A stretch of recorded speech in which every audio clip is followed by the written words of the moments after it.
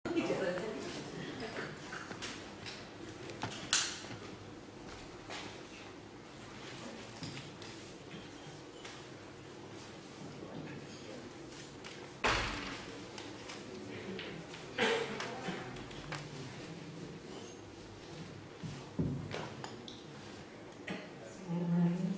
warahmatullahi wabarakatuh.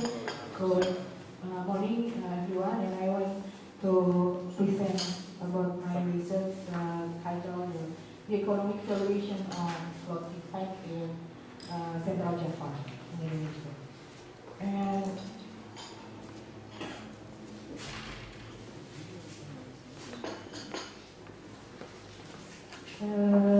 this is the abstract.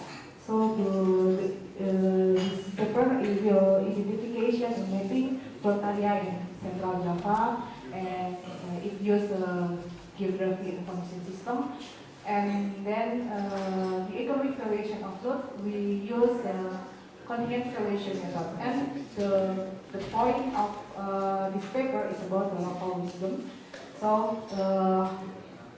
how people willing to pay to reduce the flood risk, and the local wisdom is one important determinant variable of flood mitigation.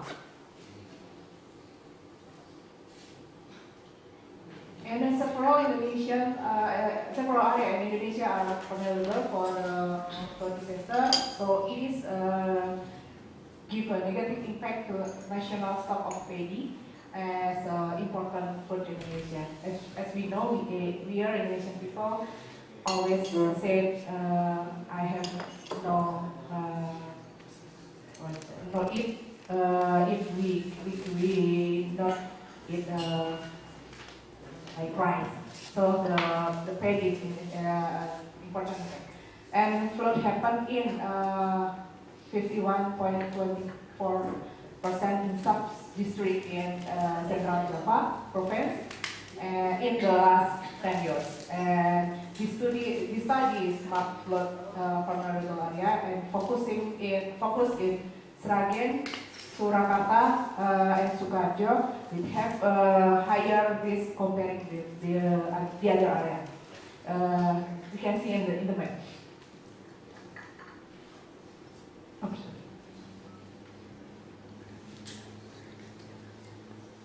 So the flood mitigation can be done by the community with a good management of resources, and the effectiveness of the mitigation is higher if it is done in the community level. Because why? Because the community face the risk of flood. So this mitigation is it is effective in a local community level. And so local wisdom is the variable to make account to the people's willingness to pay for mitigation, and expectation of willingness to pay liability depend on the location of fossil in the community and risk of flood. And demographic factor and also community behavior and all attitude influence to the willingness people's ability. And for its factor, we will make a flood mitigation with local wisdom. And this is the definition about mitigation. It's activities to reduce hazard impact before it happens, and also the mitigation can be physical activities like build some dam or etc. to reduce the impact of the flood, and also the process and the procedure of making something. And in the other definition about it is about local wisdom. It is a human activities to use the cognitive act to object or even in spatial perspective. And wisdom is deep understanding and realization of people, things, and their event or situation, resulting in able to perception, judgment, and action with in keeping the this understanding. So wisdom also means wise, and the local tends to limit it interactive interaction in limited system in the area, and it involves the human relationship between people and their environment. So in this paper, I make the mitigation activity by involving the local system.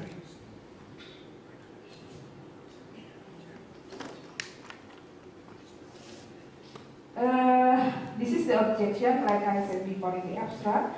It is identification and identifying and mapping flood area in Central Java province.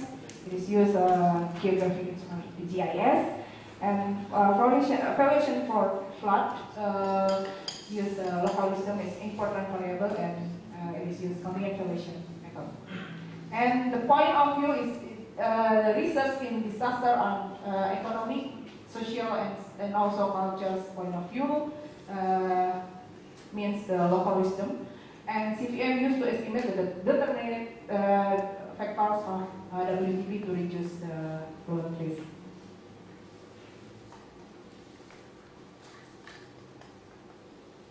And this is the flood disaster. It will decrease on property values, productivity, and also gross domestic regional product.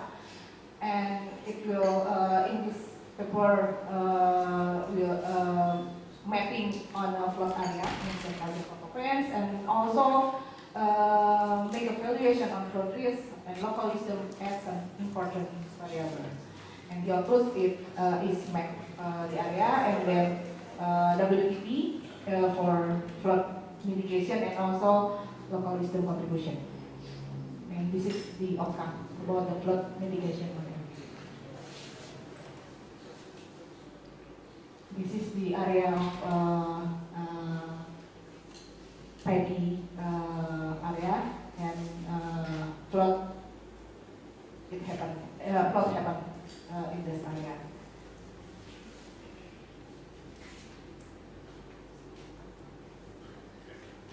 The data for mapping, it is need the land surface and the green area, catchment area, a river, and then rainfall, land using, and also morphology of soil.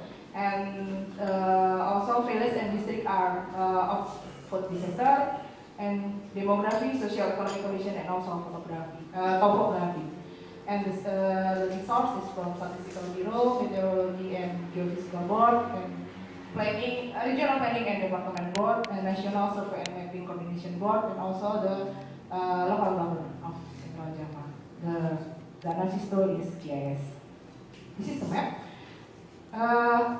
This is the vulnerable area. The blue one is what is vulnerable area, and the green, not green. And the other color is a very vulnerable area of flood. And this is a study area, and in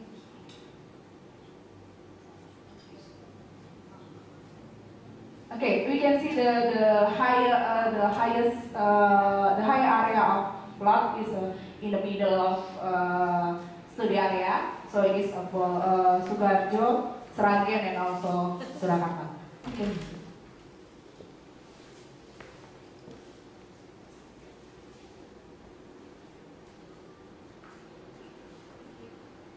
Yes,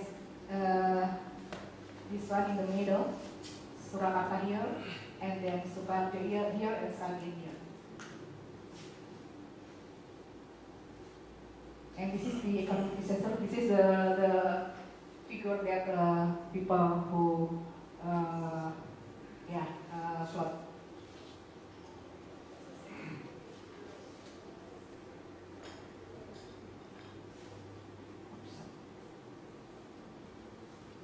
Yeah, for the economic valuation, The secondary data is population and then characteristic of area and also socio-economic condition, and the primary. Yes, we know that socio-economic condition can be can be a secondary data or also the primary data. And so for flood risk and local wisdom as a primary data, and this is the source. Like I mentioned before, that Statistical Bureau and then regional planning and development board, and then regional environment control and monitoring board, and also national coordination board. And the method is CVM with WDP survey.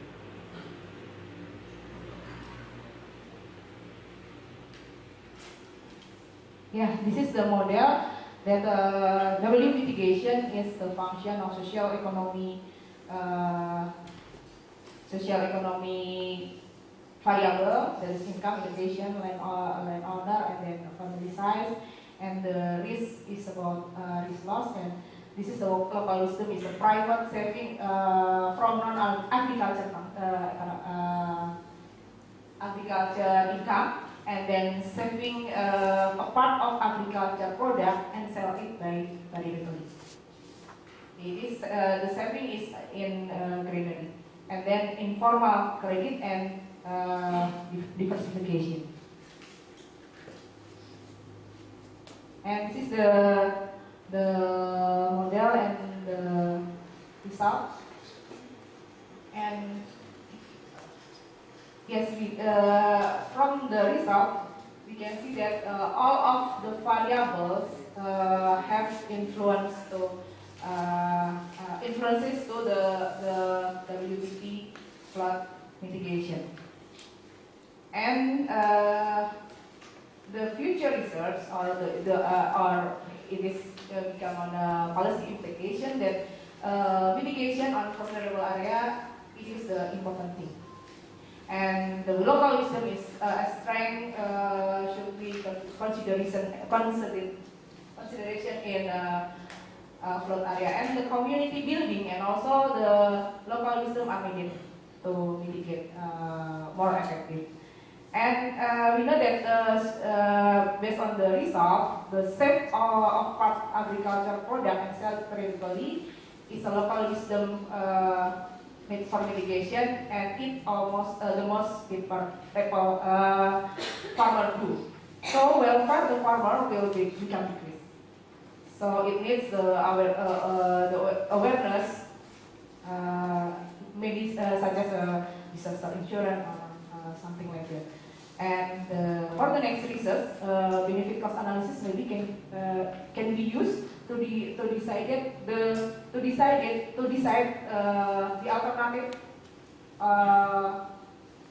the alternative of flood mitigation, and the policy scenario of flood mitigation can be managed and appropriate with community need. And that's all. Thank you.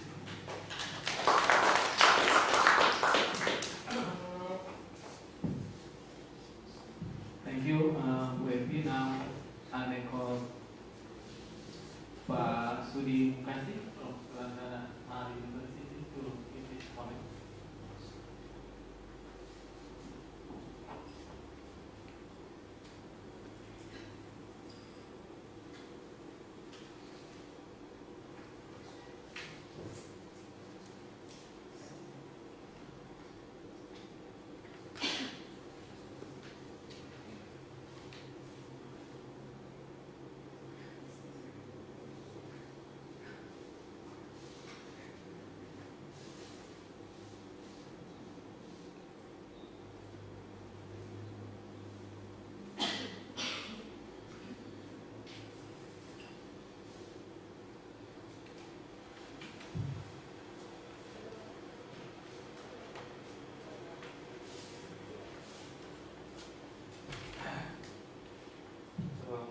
Thank you very much for inviting me as a discussant for Dr. Gravitiani's paper.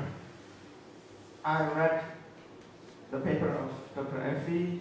It is an 11-page paper, and I will try to summarize it into one page so that it is clear to us. Let me summarize. So, the research has two objectives. The first is to map vulnerable flood areas in Central Java, and the second objective is to conduct an economic valuation of flood impact in some areas of Central Java. That's the objective. Each objective has a methodology or a method. The first, to achieve the first is by applying geography information system to map vulnerable flood areas. The second method is used to achieve the second objective, that is the contingent valuation method is to be used to conduct the economic valuation. That is WTP, willingness to pay for flood mitigation in Sragen, Sukoharjo, and Surakarta. As an example of flood mitigation is insurance with disaster coverage. Factors that were considered in the CVM are socio-economic variables, including education, family size, income, land owner, and then loss to flood, and flood area, in this case Sragen, Sukoharjo, and Surakarta. And the final one is local wisdom variable, which includes private saving from non-agriculture income, saving a part of agriculture product and sell it periodically, informal credit, and diversification. Two methods, two objectives. The conclusion or the research results are as follows. Two objectives, two methods, two results. The first result is the vulnerable flood areas in Central Java are those nearby north coast, nearby south coast of as well as Magelang, Sragen, Sukoharjo, and Surakarta. This is based on the result of GIS. The second result is that factors that influence WTP positively in Sragen, Sukoharjo, and Surakarta are education, loss due to flood, local wisdom. Local wisdom here A, B, and C. So there is an exception for diversification. And the other factors influence WTP negatively. So once again, WTP is willingness to pay for flood mitigation, such as insurance with disaster coverage. So those are the summary of the paper. Now, let's start for the discussion. First, Sragen, Sukoharjo, and Surakarta are prone to flooding. However, this is my comment, the highest possibilities for the areas in Central Java that are prone to flooding are areas close to the sea and not Sragen, Sukoharjo, and Surakarta. Close to the sea, that is the north coast area including Brebes, Pekalongan, Kendal, and Kudus, as well as the south coast area including Cilacap, Kebumen, and Purworejo.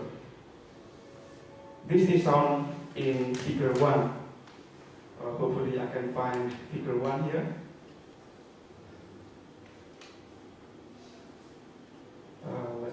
Let's see.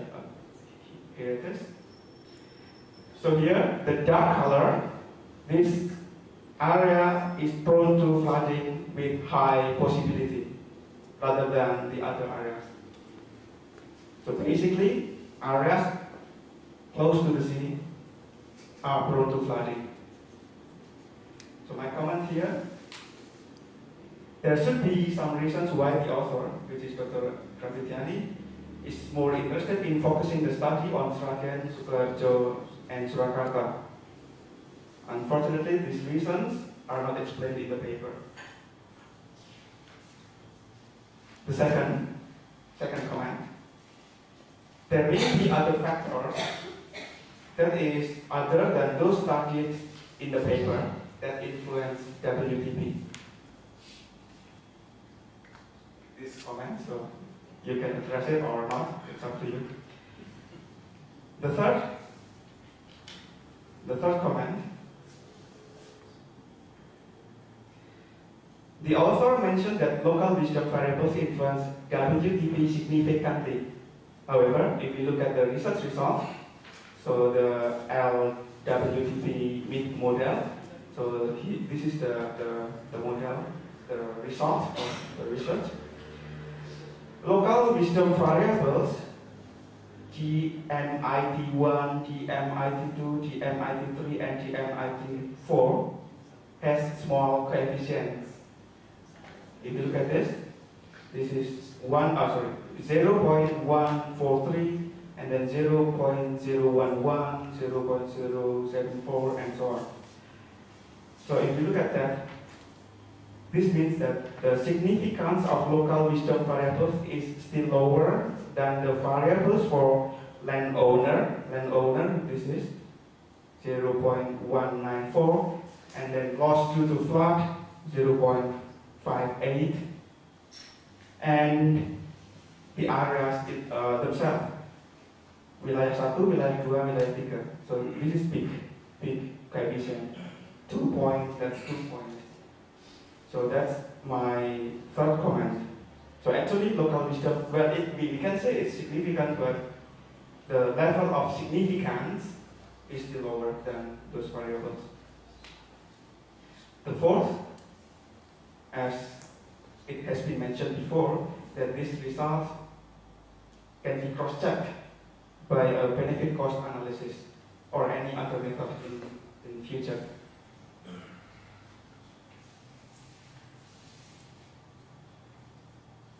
That's my major comment, and some technical comments. I have 6 here. It's important that when reading the paper, all references are not cited in the text. In addition, all citations in the text do not appear in the references. So this is important. When I read Dr. Gravitiani cite, please see the work of someone. When I see, I cannot find it in the references. So my suggestion is please match the citations and the references. The second, the author mentioned that there are 302 respondents. However, the number of blocks that was used in sampling is not stated or is not described. Did they take the same number of samples in each block or not? It's not clear. The third, local wisdom includes diversification. What kind of diversification that the author means? It's not clear. I cannot find what kind of diversification. Is it in terms of jobs or age or and so on? And then the fourth, the author stated that the study of other researchers conclude that WTP is influenced by income positively.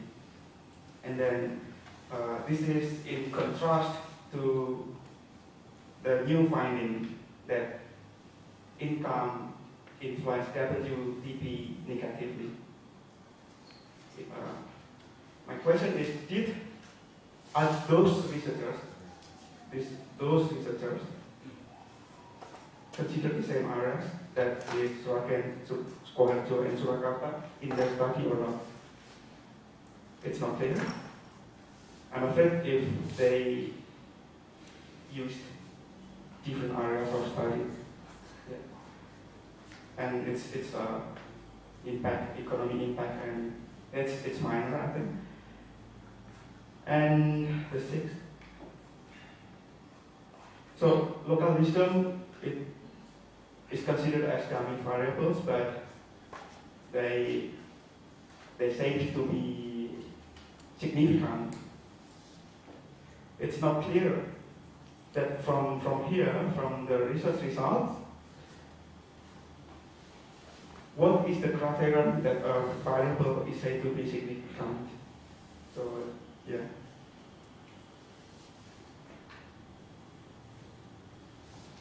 And I still have some other comments, but they are minor. I will just give my minor comments and notes to Ibu Evi after this session. I think that's all. Okay, thank you, Pak Sudi. Thank you. Thank you very much, Sudi, about all the comments. And yes, my focusing in the study area is on along the Bengawan Solo River, so it is not mentioned here. That's my business, so I will mention it, explain it in my paper. And yes, in the second one is another factor with will influence to GDP. Yes, but I just that variable because it is described about the socioeconomic variable, and so the mitigation, localism and mitigation variable. And yes, the mitigation coefficient is too small if comparing with another variable, because in this paper, in my research, say that sometimes people do not, farmer do not do one mitigation alternative. It is just do one mitigation alternative, but I put it for variable, alternative variables or mitigation. So that's why the coefficient is too small. And yes, we do the benefit cost analysis for this next research for these years. And that's my fault. But if the reference is not in a reference paper, I will check it the reference. And about the sample, this study is use the random sampling method, and we divided 302 sample to 3 regions. It is Surakarta and Sukoharjo, and also Surakarta, Sukoharjo, and Sragen, Sebelas. And yes, it is we put it. We get it the sample from the farmer who always get the flood every year, and the diversification is the farmer make the mitigation alternative with buying cattle to keep their or to reduce the impact of the flood. And yes, I think it is enough. Thank you very much. Okay, thank you, Bu Evi. Now I will collect some questions from the audience. Pak Acong, kita start with Thank you. Thank you very much. I really enjoyed your presentation, and I think some of my comments already addressed yesterday. First of all, on the data, as I said yesterday, in this kind of study, it's very, very crucial to expose your questionnaire. At least the key question in your survey that you use to elicit the willingness to pay. It's a must have in a paper like this, okay? Because that way we can understand if you use open-ended question, close-ended, you do it repeatedly or once, and what the range of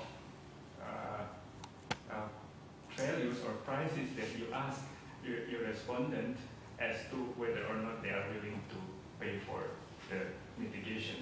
That's one. Second, you said that in the future you might want to do CBA, cost-benefit analysis. I'm not quite sure about that, but I would suggest you to actually go to another method that is hedonic.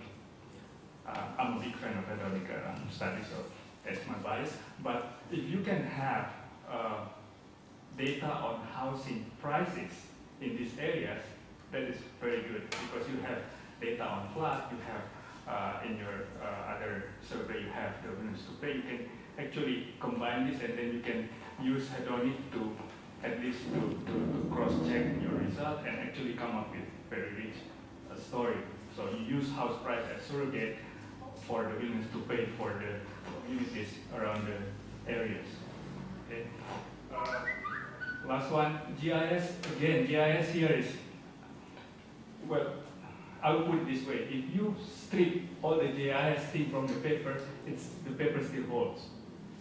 So what I'm saying is, GIS is not very important. Don't put too much emphasis on this GIS, because basically they are just background for this study.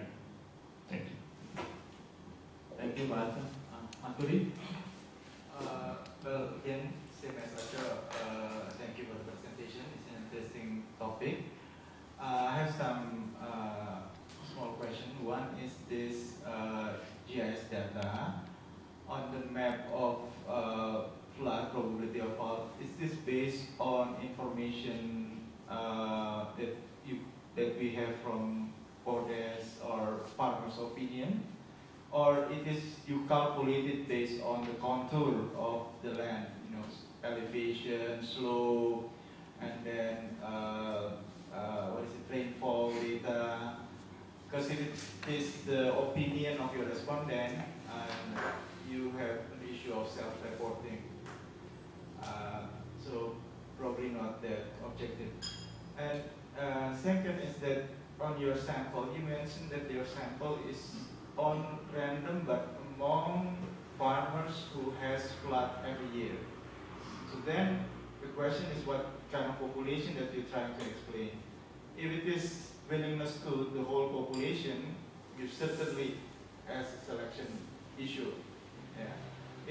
Even if you try to explain willingness to pay only among farmers, you still have the selection bias, because there are farmers that are not affected flood. Now finally, this is a topic that now commonly appears in East Asia meeting like IPSI and so on. It's basically there's an issue in this kind of case, which is risk preference of your respondent. Because those who are actually risk taker will be then allocated themselves in a riskier place, but their willingness to pay low. And so you have kind of this negative relationship, because you expect that those who are living in the riskier place willing to pay more, but it turns out no. That is because of their respondent risk preference. And so there are many studies right now trying to control risk preference of your respondent. Thank you. Thank you, Mas Sudi. Do we still have more questions?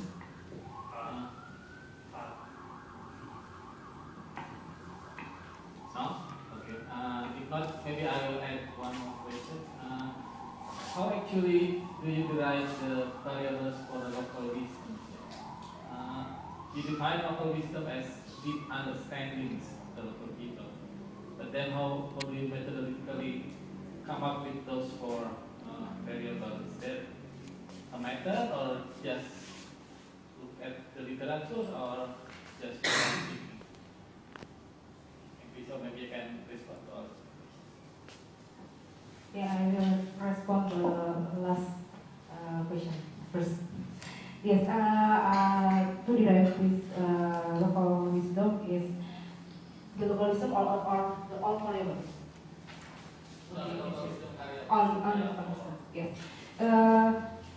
We have the survey, and we ask to the farmer that they have impact to the flood, which are what they do if they have to mitigate. I mean to reduce the risk prevalence, like what we said, in the area to reduce the risk of flood.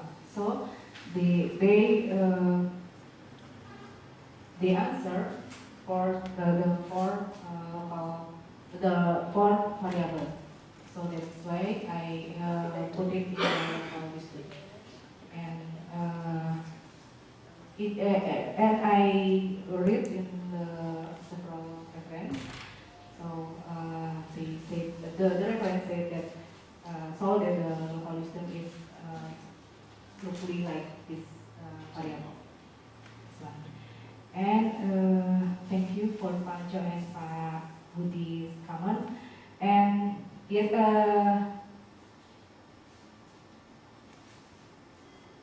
about the benefit cost analysis, this is because I want to know the analysis, who is the best, I mean the effective of the mitigation, the local wisdom choices, the variable of the local wisdom choices. But yes, we do in hedonic pricing. It is I will do the next step. The benefit cost analysis will do. But I know it is very maybe it's rather difficult to do it. But I will try to make an analysis on benefit cost. If they save a part of, for example, if they save a part of this paddy in a granary and sell it very quickly,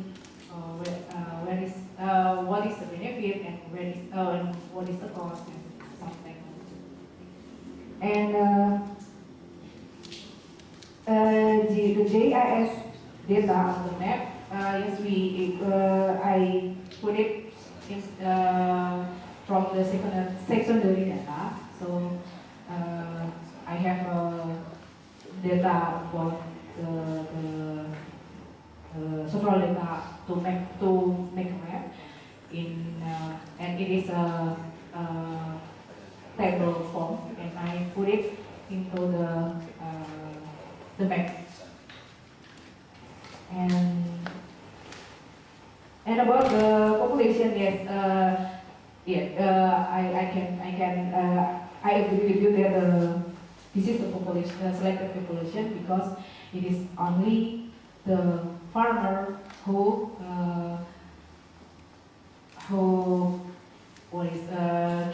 get impact, negative impact of the flood.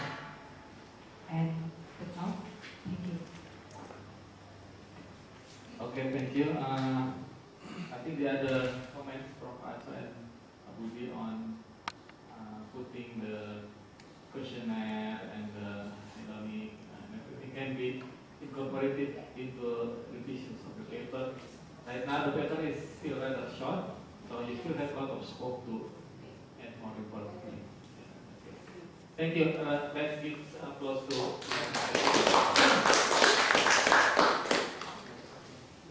now we will move to the second speaker in the session, Esta Lestari, a junior researcher from the Center for Economic Research at the Indonesian Institute of Sciences, LIPI.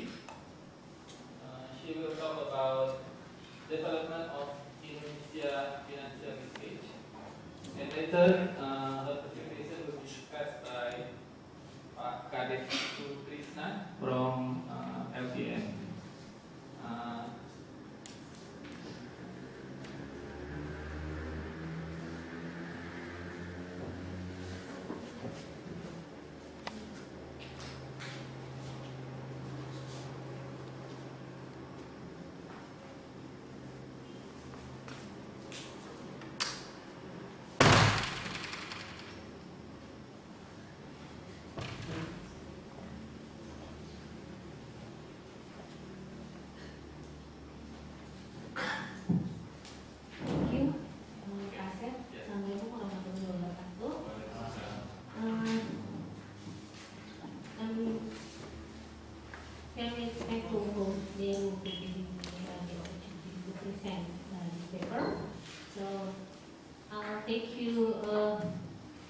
jump from flat valuation to the financial sectors,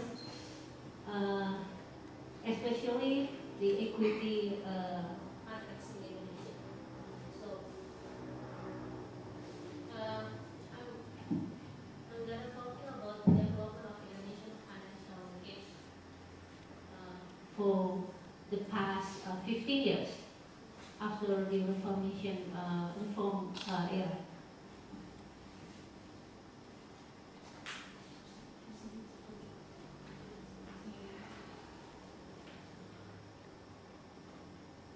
It's different from my presentation. So this one. Okay. The motivation of my motivation to do this study is actually during the last 15 years, we've been through at least 3 financial crises. We know that in 1980s, we have liberalization that makes us involved in the globalization, the world globalization, which is channeled through trade and investment. But in fact, the 3 crises is only channeled from the financial crisis, especially the equity markets. So,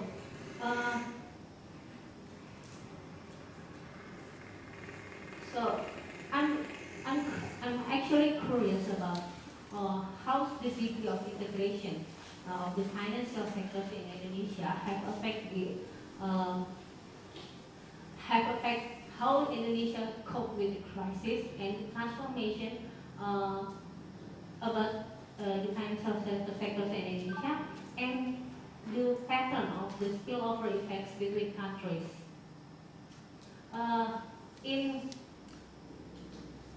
In Asian market, there are many studies who discusses about the financial integration in Asian market.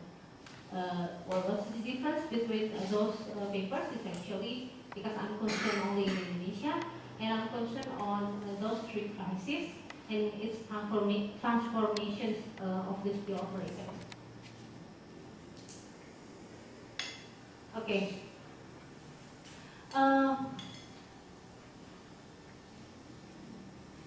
Another fact also that is motivate me to see the spillover effect is actually the foreign ownership in the equity markets increasing significantly. In 2011, it's already 65% of the equity markets owned by the foreign investors, and it's getting higher now.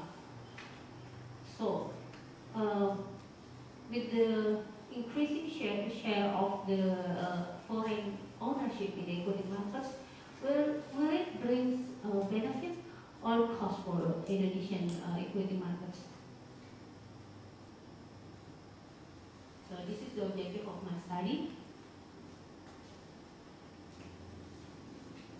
I'm using models of multivariate Linkage models, mean Linkage models for daily stock data. So because we know that during the 15 years in those 3 crises, we know that there are different characteristics of each of the crises. Like the Asian crisis, it was triggered by the Thailand's baht depreciation, and then the U.S. subprime crisis in 2008 triggered by the fall of the subprime mortgage, and during the 2010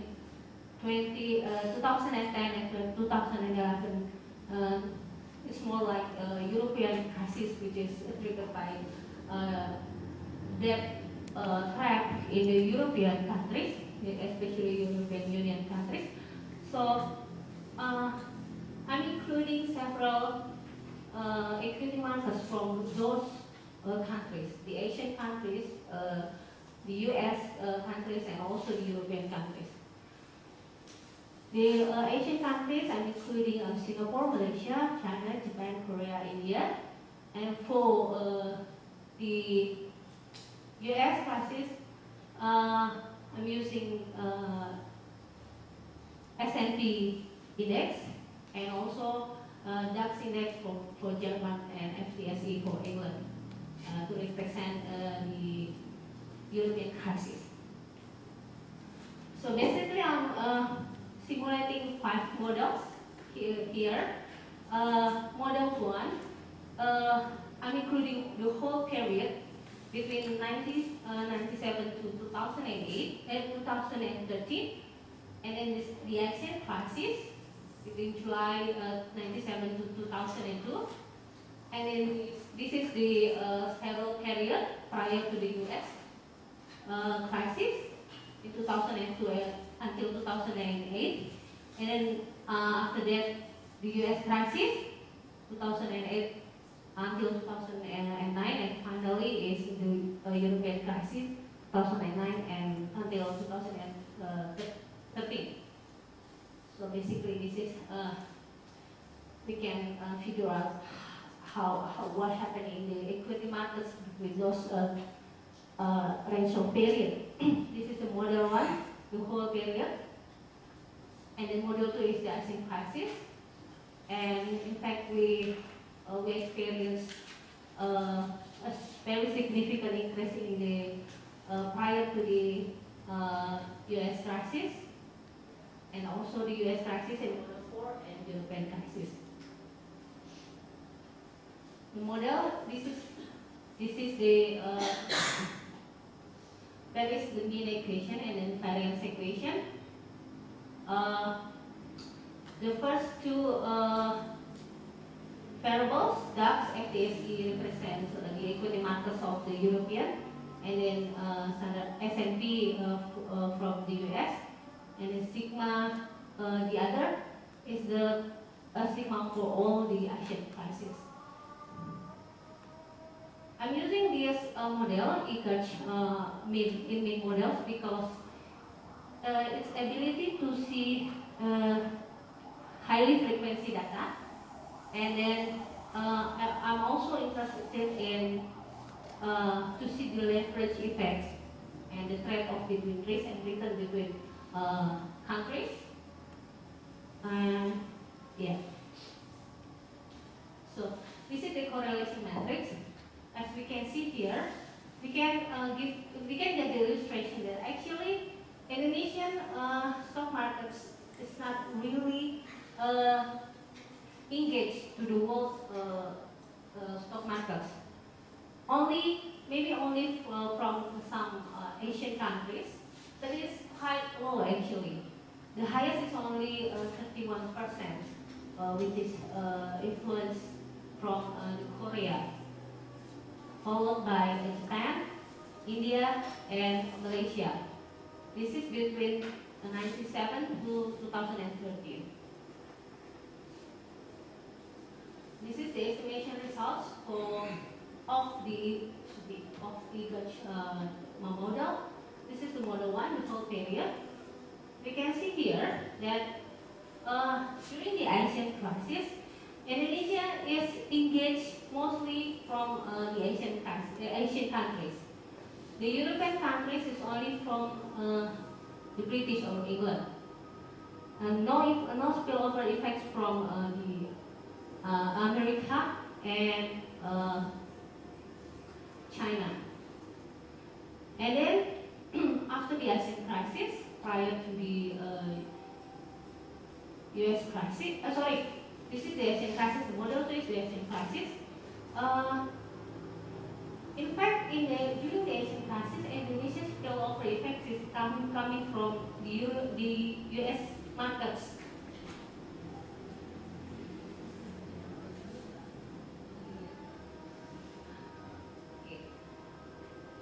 Indonesians during the Asian crisis influenced more from the US markets, and in Malaysia and India. Even though this crisis triggered from Thailand, actually Indonesia engaged more with Malaysia and India. And then this is after the Asian crisis. Actually, this is the stable period when we get the significant increase in the stock markets. As we can see here, many countries affects us. Not only the Asian countries like Singapore, Korea, India, but also in England and Germany, as well as the US. So actually, maybe at that time we are very vulnerable to the drop of the fall of the US markets. But in fact, we didn't hit very much because of some factors. Many papers explain about this, discussing about this, because of the skillful of monetary policy, also maybe because of that Indonesian export or Indonesian manufacturing sectors did not engage in the intra-regional trade, something like that. So that is explain why Indonesia didn't affect very much, even though the spillover is exists. So this one is the US subprime crisis, still engaged with the Asian markets, but not with the also with the American. And the last is the European crisis. Asian market is consistently affect Indonesia. So this is the details that overall during that period Indonesia is consistently affected by the Asian markets. There is no transformation about the spillover effects. But from the other country like Europe and US, we can see the ups and downs of the spillover effects. The asymmetric effects also, okay.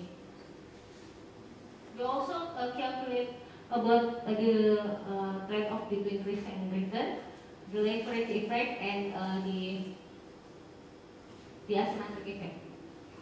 And almost all the asymmetric effects give us a negative coefficient and significantly statistic. So it means that negative news bring about larger effects compared to positive news. But there are also leverage effects. It means that when there is like volatility clustering, so if there is a shock, sometimes it is there's a lag between the shock to get to be normal again. So, what is the implication of these results? If we know the spillover effects and the pattern of the spillover effects, it actually gives us the clue that Indonesia is actually very engaged with the Asian market. So, Asian market is very integrated. So, if there is something happen in one of the Asian market, financial market in one of those countries, we have to be aware. We have learned from the Asian crisis. So, what should we do to control this short-term capital flow? Learning from the Asian crisis and the US subprime crisis.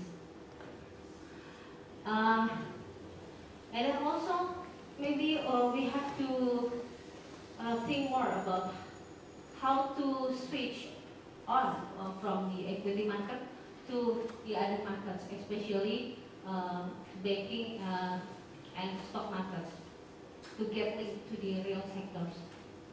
And lastly, it is there is a challenge between the Asian markets because towards the Asian community in 2015 will be a free trade not only in goods but also in services.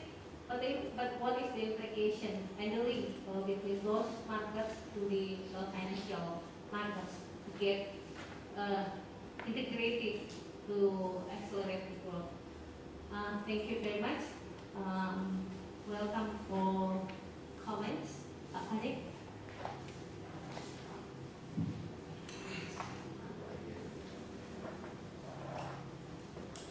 And now we will listen to the comments from Pak Kadek.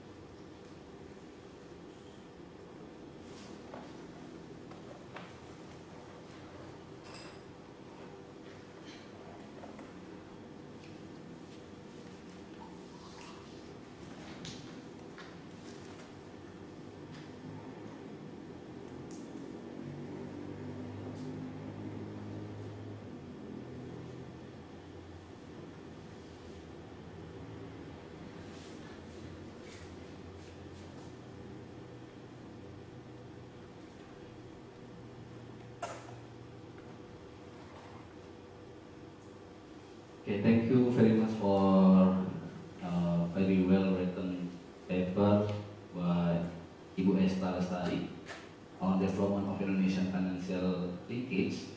The first time Robert asked me to be a reviewer and discussion on this paper, I accept because from the title it is quite interesting and also a very relevant issue, especially during the financial crisis. During the global financial crisis and in developed countries and the other countries. I try to review this paper, try to analyze the changing of financial integration in stock market following the asset crisis, and also examine the different effect of positive and negative news on financial risk in stock prices. And the third objective is to analyze the trade-off between the risk and return in the stock market. But this paper focused on the first objective, to analyze the changing financial integration in stock market following the asset crisis. The methodology employed in this paper is Linkage models, and then using the stock price in 10 stock markets in Asia and European countries and also US. And the estimation is shown in 5 models according to the period of the crisis. 5 models, the whole period, the period of the Asian crisis, the stable period before the US crisis, the period of US crisis, and European crisis. This is the result. During period of crisis, Indonesia is consistently affected by the ASEAN countries and with limited spillover effect from different countries, especially from the US stock market.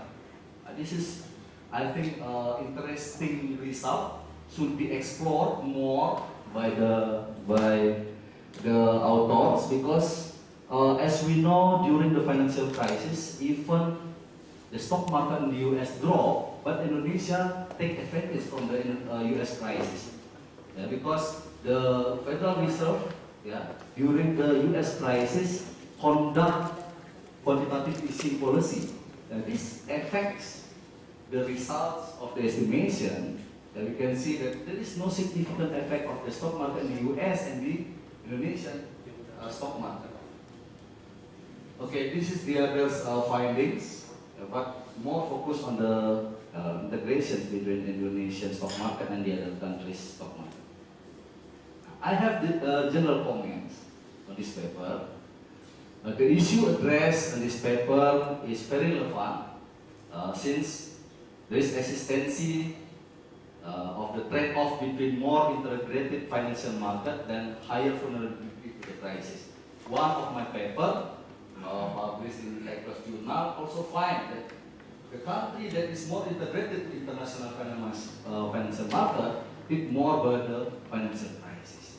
Yeah. On the one hand, we take advantage from the more integrated financial market, but on the other hand, there is cost. We are more vulnerable to the external factors. I follow day to day the movement of the stock markets in Indonesia. They are mostly affected by the external issue. For example, Bernanke announced they want to stop the policy of quantitative easing. It's suddenly drop in our stock market. Yeah, it's very sensitive to the external issue. Yeah, except in Japan's stock market, in China, and so this is more affected by the internal news compared to the external news. This is different from the Indonesian stock market. Okay, I have more specific comments. I didn't see the authors stressing on what is the difference of this paper with the other studies. What is the novelty of this paper to the other studies? I think this is very important aspect should be stressed by the authors if this paper is going to publish in international journal. The second, what is the justification for the revision of the periods? Because I see from the result of estimation, this is very sensitive to the revision of the periods. For example, you divide the periods into 4 periods. One is during the US crisis, yeah, for the 4th model, and for the 5th model, this is during the European crisis. But actually, during the European crisis, the US is still under the crisis. I think we cannot separate the US crisis and the European crisis. This is very sensitive to the division of the periods. I think you have to mention what is the reason you divide the models into 5 models according to the crisis periods. And the next comment, the results show the Indonesian stock market is not significantly affected by the stock market in the US, especially during the period of US crisis. As I mentioned already, it is caused by the quantitative easing policy by the Fed. So you found that this is not significant correlation between the US stock market and Indonesian stock market. I think you have to explore more. What is the reason behind the estimation result? Okay, consistency between the symbols in the model and those in estimation results. I think for in your presentation you already devised the symbols, but in the papers I am a little bit confused because you use beta as the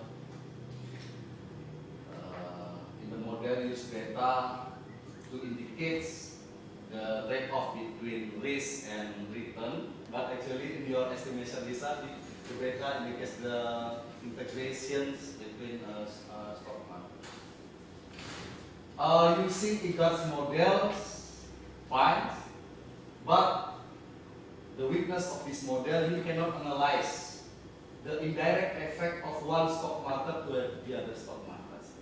Because you mentioned in the text why the US stock market is not significantly correlated to Indonesian stock market. Maybe because geographically this is further.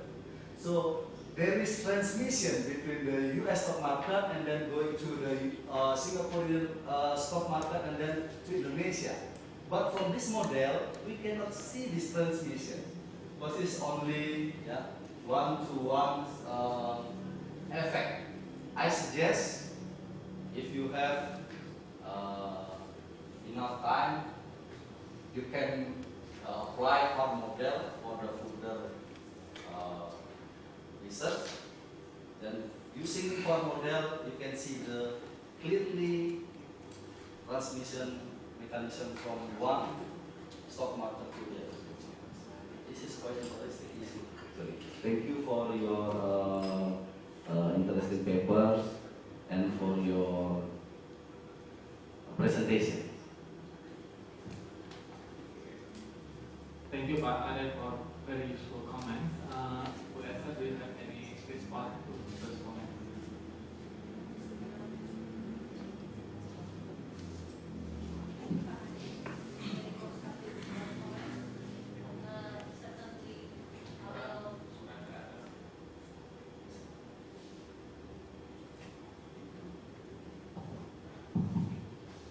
Certainly, I will work out with this model and as you recommended using FAR. And also, I apologize for my reckless because I'm also confused when I read the first version of my paper because of the symbols. But the other comments are very constructive, and I'll try to accommodate it. About the first comment on the novelty of this paper, maybe you have something in mind that you have not written already? Yeah, I think because of it's not written very well here. Back to the motivation of my study, first because of I'm using different techniques, which is mostly using FAR and or augmented decouplers, but not guards, not mainly using guards. So using it, and then the difference maybe because I want to see the transformation between those three crises. I want to see like maybe the metamorphosis of the spillover effects, which is actually consistent with the other studies. In fact, that's the thing. So. Okay, maybe you can think about further later.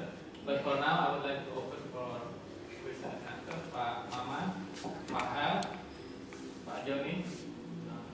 Let's start with Pak. Okay, thank you very much, Esta. This is a very nice research. I have a question, especially about the model validating. As you know that Linkage is the model exploiting the volatility. And I think the first step that I remember doing the Linkage is that you must find the best model in arch model. Yeah. Because if you are using the arch model, you have the variance, for the Linkage model. So I'm wondering whether you do that steps, and then also I'm wondering whether you do the test to determine the Linkage 1.1. And then second one is that how can you measure the spillover effect in your model? Because I cannot see that from your Linkage model. Spillover. Because you are always explaining what spillover effect. I thought this is from your model, right? Okay, and then the third one is about the period of crisis. I don't know how can you decide this period of crisis. For example, for the Asian crisis, is it true that the Asian crisis lasts in 2002? Because some of research also say that the crisis lasts around 1999 or 2000. Okay, that's my question. Thank you.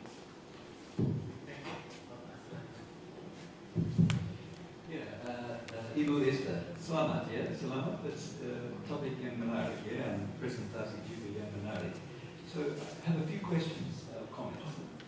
First of all, on the motivation of the paper, I agree with Ate, that I think you need to motivate it a bit more. You can do that quite easily the obvious connection is to connecting it to the literature on vulnerability indicators of contagion. It's a big literature, and I think in the beginning you want to motivate the paper more strongly by linking it to the contagion vulnerabilities literature, which you can do quite easily. Okay? First point. Second point, I think for an audience that doesn't know Indonesia, you need to give a bit more context on the background events. Yeah. So just some simple. I'd suggest just a simple figure with, say, growth rates and exchange rates, something like that, because, you know, you've got this extremely volatile period in 97, 98 when, you know, the peak to trough growth rate difference was 20 percentage points, right, plus 7 to minus 13. In the second two periods, it was much smaller. So a bit of context would be useful for a reader who doesn't know Indonesia. Yeah? That's the second point. Third point, I think since you're dealing with these high-frequency data, you know, financial data, which, as was mentioned by Barbara, you know, they're almost daily, certainly weekly, and I think you probably need to identify the periods in each case more carefully, and you can do that quite easily. So we know the first period was July to 1997, maybe before some of you were born, yeah, but it was very clear, July to 1997, when the baht collapsed, when the Bank of Thailand couldn't support the baht. We know the second period was September, what was the date, I forget, September something, in 2008, when the collapse of Lehman Brothers, yeah? But that was, in a sense, the trigger for the big crisis. Huh? And then we know the third event had a particular date trigger as well. It was Ben Bernanke's tapering remarks in May, whatever it was, 17 or something, 2013. So I think you need to have these very clear events highlighted in your analysis, then you see the effect. Huh? That's the, whatever it is, third point. Fourth point, you are dealing with financial markets, which is, yeah, that's very appropriate. But you've got two prices to think about. The first price is the stock market price, which is what you focus on. But there's another price just as important, which is the exchange rate. Because we know that these exogenous shocks have an impact on these two key prices, the exchange rate and the stock market. And they're both, since Indonesia has a floating rate, you know, there's a bit of intervention from Indonesia, but it's basically a floating rate. So I think you need to look at the impact of both the stock market and the exchange rate, because you're only looking at one, and it's very easy to do both, yeah? Because I have to think about this, but I think the impacts in different events were bigger on different markets, sometimes affecting more the stock market, sometimes affecting more the exchange rate. So I think you need to add that to it, and you can do it quite easily, yeah? And by the way, your model one, your figure, it didn't pick up the beginning and the end period, right? I think from memory, your Jakarta JSE index, you started it in 1998, so you missed a lot of the big story. So you just extend the graph back a bit. Yeah, just extend it back 6 months or something, yeah? The figure model one you had. And then extend it forward, you know, to capture the Bernanke story, yeah? And actually that relates to another point. I think the third episode, I suggest, see, the Eurozone crisis was a kind of continuing crisis. It went over quite a long period. But you're looking at financial markets with high frequency response. I think you need to pick particular events. So that's why I would pick for your third event, not the Eurozone crisis, because it went on for quite a long time, maybe still going on. You know, you had Cyprus and you had Mario Draghi's statement, whatever it takes, and lots of other things. But so it's very hard to pick a date for that, but you can pick a date as the third event, as the Bernanke tapering statement. You know? So my suggestion would be to pick the three events. Bangkok, July 97, Lehman Brothers, September 2008, and Bernanke, May 2013. So that's another point. Sorry, I can't be sort of say that. Just another point, somewhere in the conclusion, I guess the key thing is connecting these three events. In particular, lessons learned. You know, because we know very clearly that Indonesia learned a big lesson from the Krismon, the Asian financial crisis, right? In the sense that, you know, the rupiah was floated, and then over time the financial regulation became financial regulation supervision became much better. Yeah? So can we draw a connection between these three events, 1, 2, and 3? I mean, clearly we can between 1 and 2. That is the floating of the rupiah, And then the key thing, of course, is why Indonesia escaped the events 2 and 3, right? The impact was quite small. The growth rate declined, but not much in both times. So the conclusion, the inference at least, is probably much better preparation from policymakers, and also financial markets themselves were probably more more prepared for these kind of events. So connecting the three events, I think, is quite important. Final point is, I didn't see any reference to lags. I mean, the lag story is quite important. How quick was the response? How lagged was the response? Seems to me you have to have a lag story in there as well. But I certainly encourage you to revise this paper. I think it's very promising. Sanata. Thank you, Bapak. Let's move on with Pak Joni. Thank you. Thank you for your presentation, Esta. As I know, I think there is an two technique to we want to make model to respond to asymmetric, or positive or negative, and good and bad news. The one is like your paper model and EGAS model, and second one is the threshold EGAS. Yes, this is a small equation. A small equation is why they use the exponential gas rather than to the threshold gas. Okay, thank you for all the comments. I noticed there are at least 10 comments that maybe Esta can respond to at least some of them. I think most of the comments are very constructive and want to accommodate. I will work out more to improve this paper, especially with the justification of the division of the period of the models. Yeah, I think I have to read more literature because actually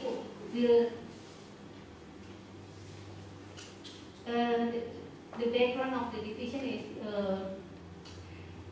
I'm just seeing the trend of the index when it gets better. Like why the Asian crisis? I use the period between 1997 to 2002 because we still have a declining trend between 2000 and 2002. And I'm guessing that maybe we're still in a recovery period. So I use that research to make the cut down of the period. But yes, I will dig more about the precise dates regarding the division of the model, like the Asian crisis, or maybe especially the US crisis. I also will accommodate the other sector, which is the other financial sector, which is very high influence, not only in the equity market but also the exchange rate fund. I think the rest are very constructive. I just want to clarify Pak Maman question.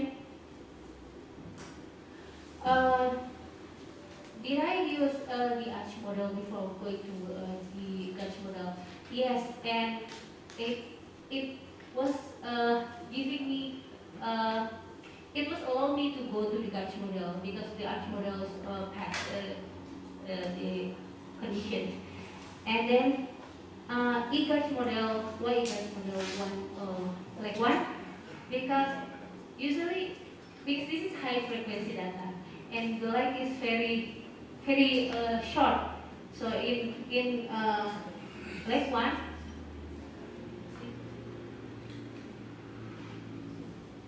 okay, it is significant. I should put more details down here. That the lag dissolve in very short term.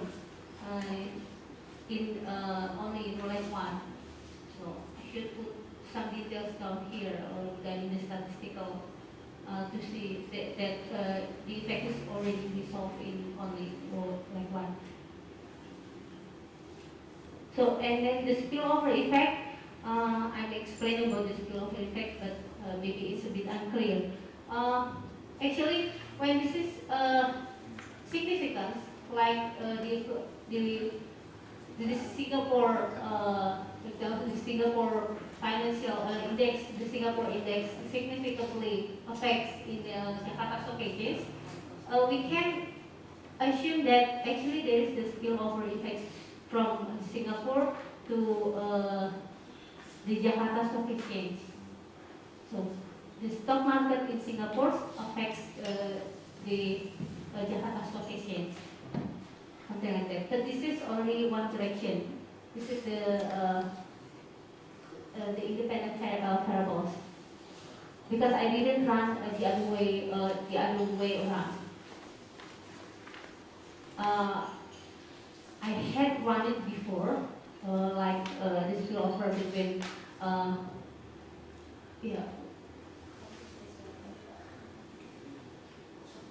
household here, but not here, not in this paper.